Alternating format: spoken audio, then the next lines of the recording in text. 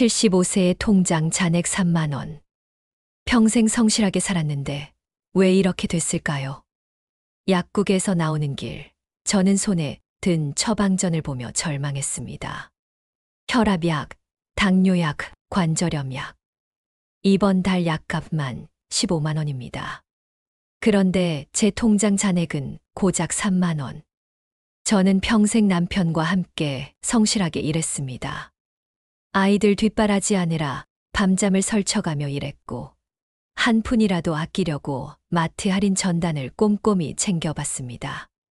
외식은 생일이나 기념일에만 했고, 옷도 세일할 때만 샀습니다. 그런데 어떻게 이렇게 됐을까요?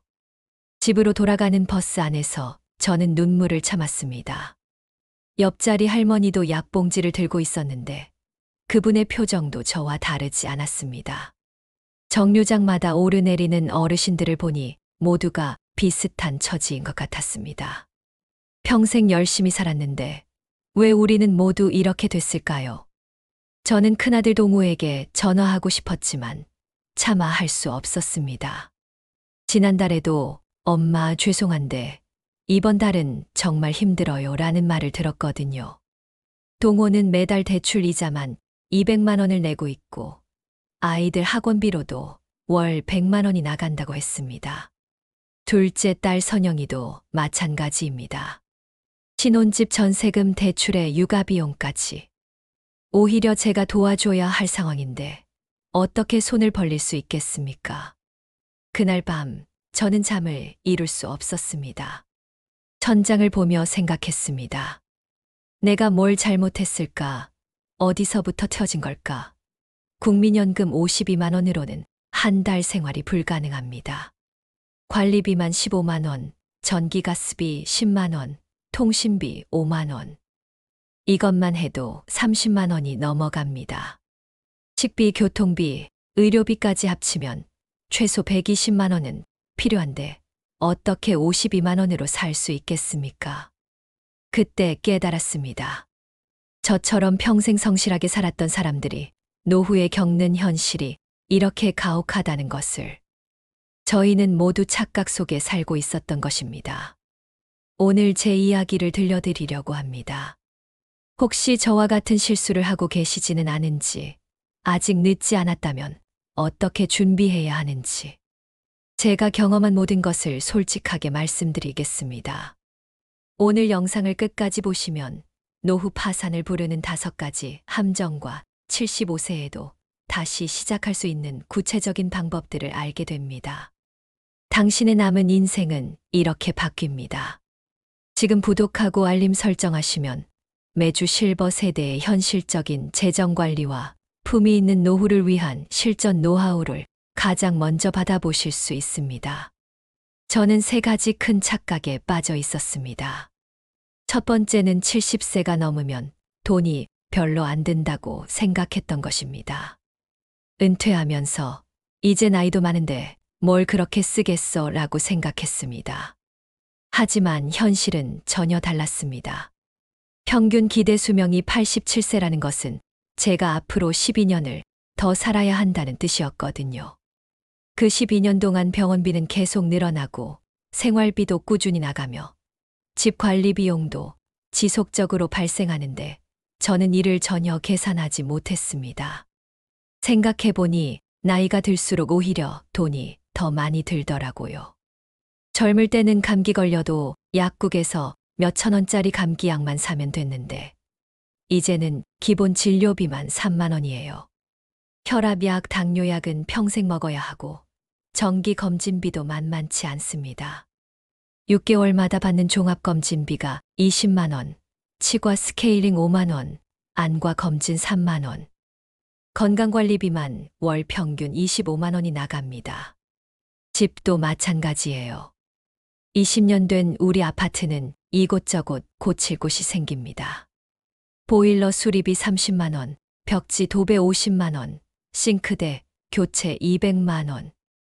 젊을 때는 나중에 하지 뭐 했던 것들이 이제는 당장 해야 할 일이 되었어요.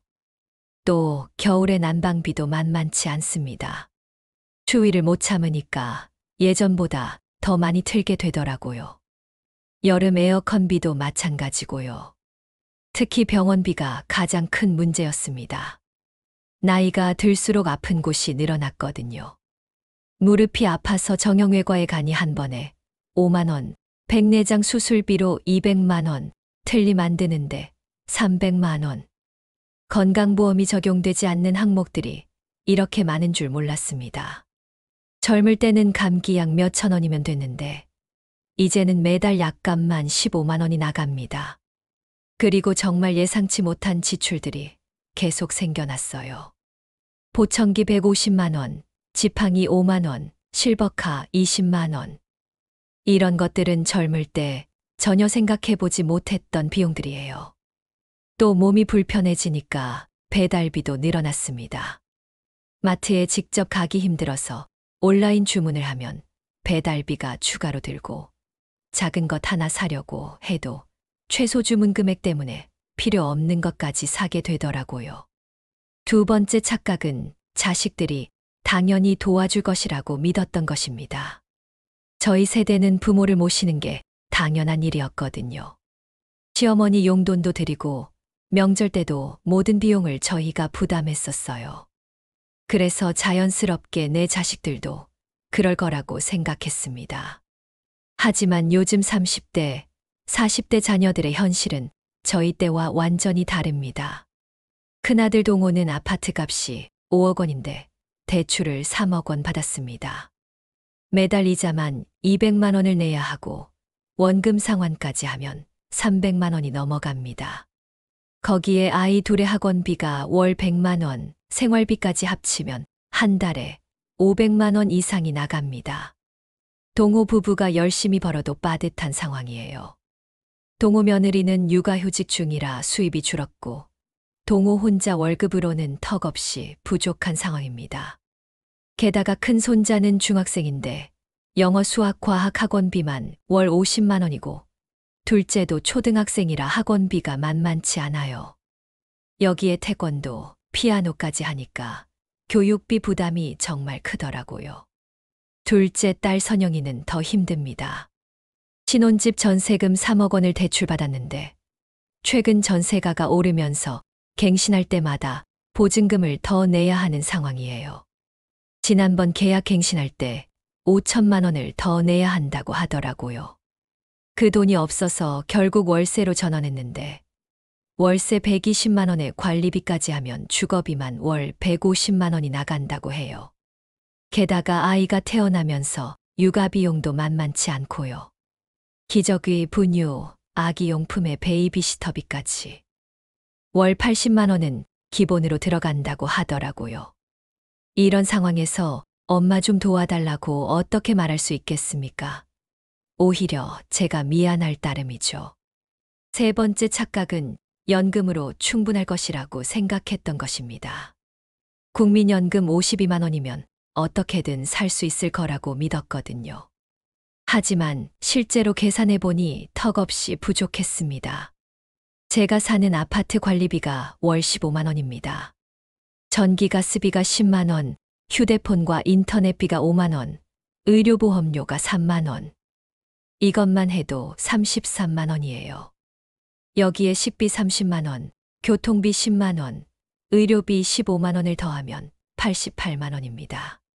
그런데 갑자기 수리할 곳이 생기거나 명절 선물을 샀거나 경조사비를 내야 하면 월 120만 원은 훌쩍 넘어갑니다. 식비만 해도 생각보다 많이 들어요.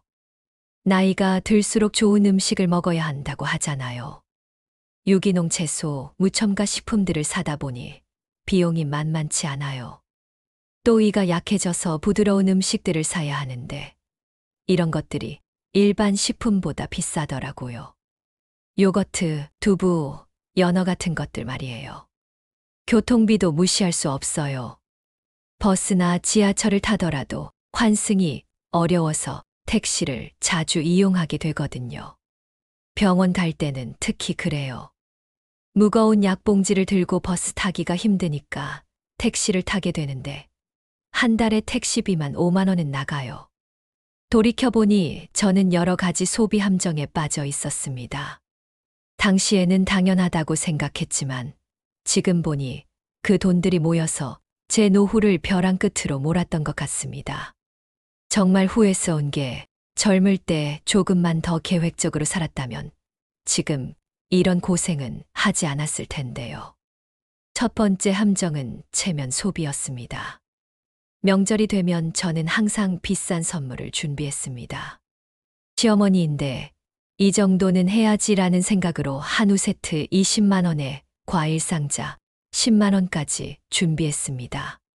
추석과 설날이면 한 번에 30만 원씩 나갔지만 그때는 당연하다고 생각했습니다. 하지만 지금 계산해 보니 1년에 60만 원, 10년이면 600만 원이었습니다. 그 돈이면 지금 2달치 약값을 해결할 수 있었는데 말이에요. 동네 사람들 눈치도 많이 봤어요. 아파트 부녀회 모임에 나갈 때도 옷차림부터 신경 쓰고 들고 갈 음식도 비싼 걸로 준비했거든요. 한 번 모임에 나가면 음식값만 5만 원, 옷값까지 하면 10만 원은 들었어요. 월 2회 모임이니까 한 달에 20만 원, 1년이면 240만 원이었네요. 친척들 경조사도 마찬가지였습니다. 조카 결혼식에 10만 원, 친구 아들 돌잔치에 5만 원. 남들이 뭐라고 할까 하는 생각에 무리해서 맞춰줬습니다. 한 달에 경조사비만 15만 원씩 나갔는데 정작 제가 도움이 필요할 때는 아무도 연락하지 않더라고요. 또 다른 체면 소비는 외식비였어요. 자식들이나 친구들과 만날 때 항상 제가 계산하려고 했거든요. 어른이 내야지 하는 생각에 한 번에 5만 원, 10만 원씩 냈어요. 월 3회, 4회 정도 외식을 했으니까 한 달에 20만 원, 1년이면 240만 원이 나간 셈이에요. 지금 생각해보니 정말 아까운 돈이었어요. 두 번째 함정은 습관적인 소비였습니다. 매일 아침 동네 카페에서 아메리카노 한 잔을 마시는 게 제 일과였습니다. 4,500원이니까 별것 아니라고 생각했거든요. 하지만 한 달이면 13만 원, 1년이면 156만 원이었습니다. 집에 커피 믹스가 있는데도 굳이 밖에서 사 마셨던 게 후회됩니다. 카페에서 만나는 친구들과의 수다도 즐거웠어요. 하지만 커피 한 잔으로는 미안해서 디저트도 시키고 때로는 간단한 식사까지 하게 되더라고요. 그러면 한 번에 1만 원씩은 들었어요. 일주일에 3번, 한 달이면 12만 원, 1년이면 144만 원. 정말 큰 돈이었네요. 택시도 자주 탔습니다. 나이 먹어서 버스 타기 힘들어라며 한 정거장 거리도 택시를 탔어요. 한 번에 5천 원씩이지만 일주일에 3번, 한 달이면 6만 원이 나갔습니다. 지금 생각해보니 그 돈으로 한 달 교통카드를 사고도 남았을 텐데요. 특히 비 오는 날이나 추운 날에는 더 자주 택시를 탔어요. 이런 날 버스 기다리기 힘들어 하면서요. 그런 날이 한 달에 10일 정도 되니까 추가로 5만 원은 더 나갔어요. 연간 택시비만 계산해보니 132만 원이었어요. 백화점이나 대형마트에 가면 계획에 없던 것들을 자꾸 사게 됐어요. 이거 할인이네. 이거 나중에 필요할 거야 하면서요. 한 번 갈 때마다 예상보다 3에서 5만 원은 더 썼어요. 월 4회 정도 가니까 한 달에 12만 원, 1년이면 144만 원. 이것도 만만치 않은 금액이네요. 세 번째 함정은 손자에 대한 과도한 지출이었습니다. 손자 태민이가 올 때마다 저는 마트부터 갔습니다. 과자 2만 원어치, 장난감 3만 원, 새 옷 5만 원에 용돈 3만 원까지. 한 번 올 때마다 13만 원씩 썼습니다. 태민이가 한 달에 2번 오니까 26만 원이에요. 할머니인데 뭐라도 해줘야지라는 마음이었지만 정작 태민이는 제가 해준 김치찌개와 함께 보낸 시간을 더 좋아했다는 것을 나중에야 알았습니다. 비싼 장난감보다는 할머니가 들려주는 옛날 이야기를 더 재미있어 했거든요. 손자 생일이나 입학 같은 특별한 날에는 더 많이 썼어요. 생일 선물로 10만 원짜리 장난감, 입학 선물로 20만 원짜리 책가방. 1년에 이런 특별 지출만 50만 원은 했던 것 같아요. 손자가 좋아하는 모습을 보면 돈이 아깝지 않았지만 지금 생각해보니 너무 과했던 것 같아요. 네 번째 함정은 건강식품에 대한 맹신이었습니다. TV에서 이거 먹으면 혈압이 내려간다고 하면 바로 주문했습니다. 홍삼 제품 월 15만 원, 오메가3 월 8만 원, 유산균 월 5만 원. 한 달에 건강식품비만 28만 원이 나갔습니다. TV 홈쇼핑을 보면서 충동적으로 주문한 것들이 참 많았어요. 지금 주문하면 50% 할인, 선착순 100명만, 이런 말에 현혹돼서 필요하지도 않은 건강식품을 샀거든요. 집에 쌓여있는 건강식품들을 보면 정말 후회됐어요.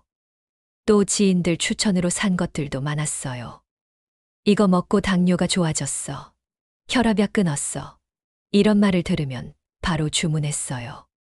하지만 대부분 효과를 보지 못했고 돈만 날린 경우가 많았어요. 그런데 정작 병원에서는 별 효과 없다는 말만 들었어요. 의사 선생님께서 규칙적인 식사와 꾸준한 운동이 더 중요하다고 하시더라고요. 그 돈으로 좋은 식재료를 사서 직접 요리하고 헬스장 등록해서 운동했다면 훨씬 건강해졌을 텐데요. 다섯 번째 함정은 여행에 대한 충동적 소비였습니다. 이 나이에 언제 또 가보겠어 라는 생각에 여행 패키지를 자주 끊었습니다. 제주도 3박 4일에 50만 원, 부산 2박 3일에 30만 원. 1년의 여행비만 200만 원은 썼던 것 같아요. 여행사에서 시니어 전용 패키지, 효도관광, 이런 광고를 보면 솔깃했어요. 친구들과 함께 가면 더 재미있을 것 같아서 자주 신청했거든요. 하지만 막상 가보면 비싼 쇼핑센터만 들리고 식사도 별로였어요. 여행 자체가 나쁜 건 아니지만 제 형편을 고려하지 않고 감정적으로 결정했던 게 문제였습니다. 여행 다녀온 후 카드값을 보면 한숨이 나왔거든요. 여행 중에도 기념품이나 특산품을 사느라 추가로 돈이 들었고요. 하지만 저는 주변에서 성공적인 노후를 보내는 분들을 보며 희망을 발견했습니다. 제 이웃 김철수 씨는 저와 같은 75세지만 상황이 완전히 다릅니다. 그분은 50대부터 미리 준비했다고 하더라고요. 김철수 씨는 50세부터 월 지출을 단계적으로 줄여나갔다고 합니다. 50세에 월 300만 원 쓰던 것을 55세에는 250만 원으로, 60세에는 200만 원으로, 65세에는 150만 원으로 점진적으로 줄였다고 해요. 은퇴할 때까지 이미 절약하는 삶에 익숙해져 있어서 지금은 연금 80만 원만으로도 여유롭게 살고 있습니다. 갑자기 줄이면 스트레스 받잖아요. 그래서 조금씩 줄여나갔어요. 50대에는 외식을 주 2회에서 주 1회로, 60대에는 월 2회로 줄였죠. 옷도 매 시즌 사던 걸 1년에 2벌만 사기로 했고요. 이렇게 하니까 은퇴할 때 충격이 전혀 없었어요. 김철수 씨의 노하우는 정말 체계적이었어요. 가계부를 40대부터 꾸준히 써왔고 불필요한 지출을 하나씩 줄여나갔다고 해요. 특히 고정비 관리를 철저히 했다고 하더라고요. 핸드폰 요금제도 가장 저렴한 걸로 바꾸고 보험도 필요한 것만 남기고 정리했다고 해요. 또 다른 이웃 박영호 할아버지는 72세에 새로운 일을 시작했습니다. 평생 쌓은 목공 기술을 활용해서 소소한 가구 수리를 해주며 월 40만 원 정도의 부수입을 만들어냈어요. 3년 전만 해도 자식들에게 손을 벌리던 분이었는데 지금은 오히려 적금을 하고 있습니다. 나이 들어서 새로 배우기는 힘들어도 평생 해온 일을 조금 다르게 활용하는 건 가능해요. 저는 젊을 때 목수였거든요. 이제는 큰 일은 못하지만 의자 다리 고치기, 문짝 수리하기 정도는 할 수 있어요. 동네 분들이 고마워하시고 저도 용돈벌이가 되니까 좋죠. 정말 감동적이었던 건 박영호 할아버지의 마음가짐 변화였습니다. 예전에는 체면 때문에 자식들한테도 당당하지 못했어요. 돈 달라고 하면서도 미안하고 초라했죠. 그런데 지금은 제 손으로 번 돈이 있으니까 마음이 편해요. 비록 많지는 않지만 제 힘으로 사는 거잖아요. 이런 분들을 보며 저도 변화를 결심했습니다. 75세라고 포기할 게 아니라 지금부터라도 시작해보자고 생각했거든요. 먼저 한 달 동안 모든 지출을 기록했습니다. 딸 선영이가 스마트폰 가계부 앱을 설치해줘서 커피 한 잔부터 버스비까지 모든 것을 적었습니다. 처음에는 번거로웠지만 점점 재미있어지더라고요.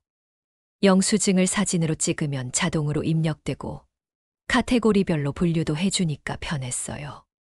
한 달 후 결과를 보니 정말 충격적이었습니다. 제가 생각했던 월 지출 90만 원보다 실제로는 110만 원이 나가고 있었어요. 20만 원이나 더 썼던 거죠. 그 중에서도 가장 놀라웠던 건 깜빡 지출이었습니다. 마트에서 계획에 없던 물건들을 사거나 지나가다 약국에서 파스를 사거나 이런 작은 지출들이 한 달에 15만 원이나 됐어요. 카테고리별로 보니 더 구체적으로 문제가 보였어요. 식비 35만 원, 의료비 18만 원, 교통비 12만 원, 기타 소비 45만 원. 특히 기타 소비 항목이 제일 컸는데 여기에 커피값, 간식비, 충동구매 등이 모두 들어 있었어요. 가계부를 쓰면서 깨달은 게 있습니다. 돈이 어디로 나가는지 정확히 알아야 통제할 수 있다는 거예요. 예전에는 별로 안 썼는데 왜 이렇게 나갔지? 라고 막연하게 생각했는데 이제는 이 부분에서 너무 많이 썼구나 라고 명확하게 알 수 있게 됐습니다. 두 번째로 제일 먼저 끄는 것은 3년째 먹고 있던 건강식품이었습니다. 월 28만 원짜리 각종 건강식품을 모두 정리했어요. 처음에는 건강 망치는 거 아니야? 하고 걱정했지만 의사 선생님께 여쭤보니 약만 잘 드시면 된다고 하시더라고요. 대신 매일 30분씩 걷기를 시작했습니다. 처음에는 힘들었지만 2주 정도 지나니까 오히려 몸이 가벼워지는 느낌이었어요. 걷기를 하면서 동네 어르신들과 친해졌어요. 아침마다 공원에서 만나는 분들과 인사하고 운동 후에는 간단한 차 한 잔 하면서 이야기도 나누게 됐어요. 돈 들여서 건강식품 먹는 것보다 이렇게 운동하고 사람들과 어울리는 게 훨씬 건강에 좋더라고요. 그 다음으로는 거의 보지 않던 케이블 TV를 해지했습니다. 월 2만 원이지만 1년이면 24만 원이에요. 대신 무료로 볼 수 있는 유튜브를 배웠습니다. 요리 프로그램도 많고 건강 정보도 많더라고요. 선영이가 엄마 유튜브가 더 재미있어요 라고 하더니 정말 그랬어요. 스마트폰으로 유튜브 보는 법을 배우는데 시간이 좀 걸렸어요. 하지만 한번 익숙해지니까 정말 편하더라고요. 요리 채널을 구독해서 새로운 요리법도 배우고 건강 관련 정보도 얻고 TV보다 훨씬 다양한 콘텐츠를 볼 수 있었어요. 여러 개 구독하고 있던 서비스들도 정리했습니다. 음악 서비스, 뉴스 서비스, 배송 서비스. 하나하나는 작지만 모이면 월 5만 원이었어요. 솔직히 거의 사용하지도 않았는데 자동으로 빠져나가고 있었거든요. 정말 필요한 것만 남기고 나머지는 모두 해지했어요. 신문 구독도 그만두었어요. 월 15,000원이지만 실제로는 거의 읽지 않았거든요. 대신 무료 뉴스 앱을 설치해서 필요한 뉴스만 골라서 보게 됐어요. 종이 신문보다 글자도 크게 볼 수 있고 관심 있는 기사만 선택해서 볼 수 있어서 더 좋았어요. 세 번째로는 제가 평생 해온 요리 솜씨를 활용하기로 했습니다. 동네 아파트 게시판에 정성스러운 반찬 배달 서비스라고 글을 올렸더니 생각보다 많은 분들이 관심을 보였어요.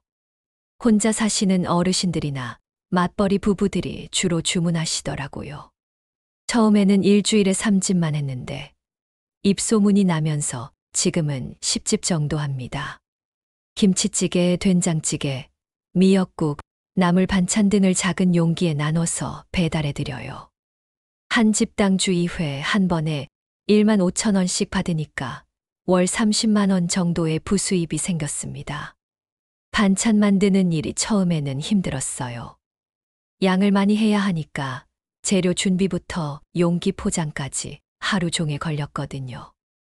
하지만 점점 요령이 생기면서 효율적으로 할 수 있게 됐어요. 일주일에 이틀 정도만 요리하고 나머지 시간은 자유롭게 보낼 수 있어요. 무엇보다 좋은 건 제가 하는 일에 의미가 있다는 것이에요. 주문하시는 분들이 맛있다, 정성이 느껴진다고 말씀해 주실 때 정말 보람을 느낍니다. 평생 해온 요리가 이렇게 도움이 될 줄 몰랐어요. 또 사람들과의 관계도 넓어졌어요. 반찬을 배달하면서 안부도 묻고 이야기도 나누게 되니까 외로움도 덜하더라고요. 네 번째로는 관계의 기준을 정했습니다. 경조사비도 명확한 원칙을 세웠어요. 가족은 10만 원, 가까운 친척은 5만 원, 일반 지인은 3만 원으로 정했습니다. 처음에는 적게 내면 어떻게 보실까 걱정됐지만 솔직하게 형편이 어려워서 양해 부탁드린다고 말씀드리니 오히려 사람들이 이해해 주시더라고요. 경조사 참석도 꼭 필요한 것만 하기로 했어요. 예전에는 부담스러워도 체면 때문에 모든 행사에 참석했는데 이제는 정말 중요한 사람들의 행사에만 가기로 했어요. 그러니까 스트레스도 줄고 경조사비 부담도 훨씬 줄어들었어요. 명절 선물도 바꿨습니다. 비싼 한우 세트 대신 제가 직접 만든 김치나 반찬을 예쁜 용기에 담아서 드려요. 받으시는 분들이 정성이 느껴진다, 직접 만든 게 더 좋다고 하시니까 마음도 훨씬 편합니다. 비용도 재료비만 들어가니까 월 5만 원 정도로 줄었어요. 부녀회 모임도 횟수를 줄였어요. 월 2회에서 월 1회로 줄이고 모임 때도 집에서 만든 음식을 가져가기로 했어요. 다른 분들도 집에서 만든 음식이 더 맛있다고 좋아하시더라고요. 다섯 번째로는 소소한 일상의 변화들을 만들었습니다. 매일 마시던 테이크아웃 커피 대신 집에서 원두 커피를 내려 마시기 시작했어요. 처음에는 번거로웠지만 익숙해지니까 오히려 더 맛있더라고요. 월 13만 원 절약하면서 더 좋은 커피를 마시게 된 거죠. 드립 커피 내리는 법을 유튜브로 배웠어요. 처음에는 실패도 많이 했지만 점점 요령이 생기니까 카페 못지않은 커피를 만들 수 있게 됐어요. 집에서 커피 내리는 시간도 즐거운 일상이 됐고요. 택시 대신 버스를 타기 시작했습니다. 처음에는 체면이 서나 생각했는데 막상 타보니 별 문제 없었어요. 오히려 걷는 시간이 늘어나면서 다리 힘도 좋아지고 건강해진 것 같아요. 월 6만 원 절약하면서 운동 효과까지 얻은 셈이죠. 버스 타는 것도 처음에는 어려웠어요. 노선도 복잡하고 환승하는 것도 헷갈렸거든요. 하지만 선영이가 버스 앱을 설치해줘서 길 찾기가 쉬워졌어요. 지금은 시내 어디든 버스로 다닐 수 있어요. 마트 쇼핑 습관도 바꿨어요. 충동 구매를 줄이기 위해서 꼭 장보기 리스트를 작성하고 가기로 했어요. 필요한 것만 적어서 가니까 불필요한 구매가 확실히 줄었어요. 한 달 식비가 35만 원에서 25만 원으로 줄었어요. 온라인 쇼핑도 줄였어요. 예전에는 심심하면 쇼핑몰을 구경하면서 이것저것 주문했는데 이제는 정말 필요할 때만 사기로 했어요. 장바구니에 담아두고 하루 정도 생각해 본 후에 구매하는 습관을 만들었어요. 손자 태민이에게도 변화를 줬습니다. 비싼 장난감이나 옷 대신 함께 요리하는 시간을 늘렸어요. 태민이와 함께 만두를 빚고 쿠키를 만들고 김치를 담그는 시간이 훨씬 의미 있더라고요. 태민이도 할머니랑 요리하는 게 제일 재미있어요 라고 해요. 태민이와 함께 동네 공원을 산책하기도 해요. 예전에는 실내 놀이시설에 데려가서 돈을 썼는데 공원에서 뛰어노는 게 아이에게도 더 좋더라고요. 자연을 관찰하고 운동도 하고 돈도 안 들고 일석삼조예요. 지금 제가 78세가 됐는데 3년 전과는 완전히 다른 사람이 된 것 같습니다. 통장에는 300만 원이 들어있고 매달 부수입 30만 원과 연금 52만 원으로 안정적으로 생활하고 있어요. 무엇보다 자식들에게 손을 벌리지 않아도 되는 상황이 되었습니다. 동호가 지난번에 엄마 용돈 드릴까요? 라고 물어보더라고요. 예전 같으면 그래 고맙다 했을 텐데 이제는 괜찮다. 내가 더 필요하겠다 라고 말할 수 있어요. 정말 기분 좋은 변화예요. 물론 예전처럼 마음껏 쓸 수는 없습니다.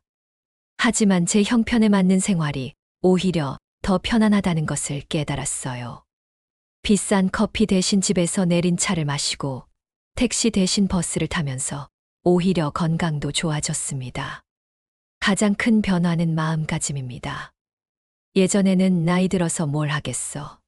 이제 그냥 조용히 살아야지 했는데 지금은 아직 할 수 있는 게 많구나. 나도 누군가에게 도움이 될 수 있구나 라고 생각해요. 요리 사업을 하면서 만난 분들과 새로운 인맥도 생겼어요. 같은 아파트에 사시는 분들과도 더 친해졌고 외로움도 많이 줄었어요. 돈도 벌고 사람들과의 관계도 좋아지고 정말 일석이조예요. 저처럼 이미 노후에 접어든 분들도 변화할 수 있습니다. 중요한 것은 현실을 인정하고 지금부터라도 실천하는 것입니다. 나이는 숫자일 뿐이에요. 마음먹기에 따라 언제든 새로운 시작이 가능합니다. 만약 지금 이 영상을 보고 계시다면 오늘부터 작은 변화를 시작해 보세요. 이번 달 지출을 모두 기록해 보시고 불필요한 고정비 하나를 끊어 보세요. 작은 변화라도 시작하면 1년 후에는 분명히 다른 결과를 볼 수 있을 것입니다. 저는 75세에 변화를 시작해서 78세의 안정을 찾았습니다. 만약 여러분이 저보다 젊다면 더 큰 변화를 만들어낼 수 있을 거예요. 중요한 것은 지금 이 순간 시작하는 것입니다. 가난은 돈이 없어서가 아니라 돈이 없는데도 바꾸려 하지 않을 때 찾아옵니다. 제 경험이 같은 어려움을 겪고 있는 분들에게 조금이라도 도움이 되었으면 합니다. 제 이야기를 들어주셔서 감사합니다.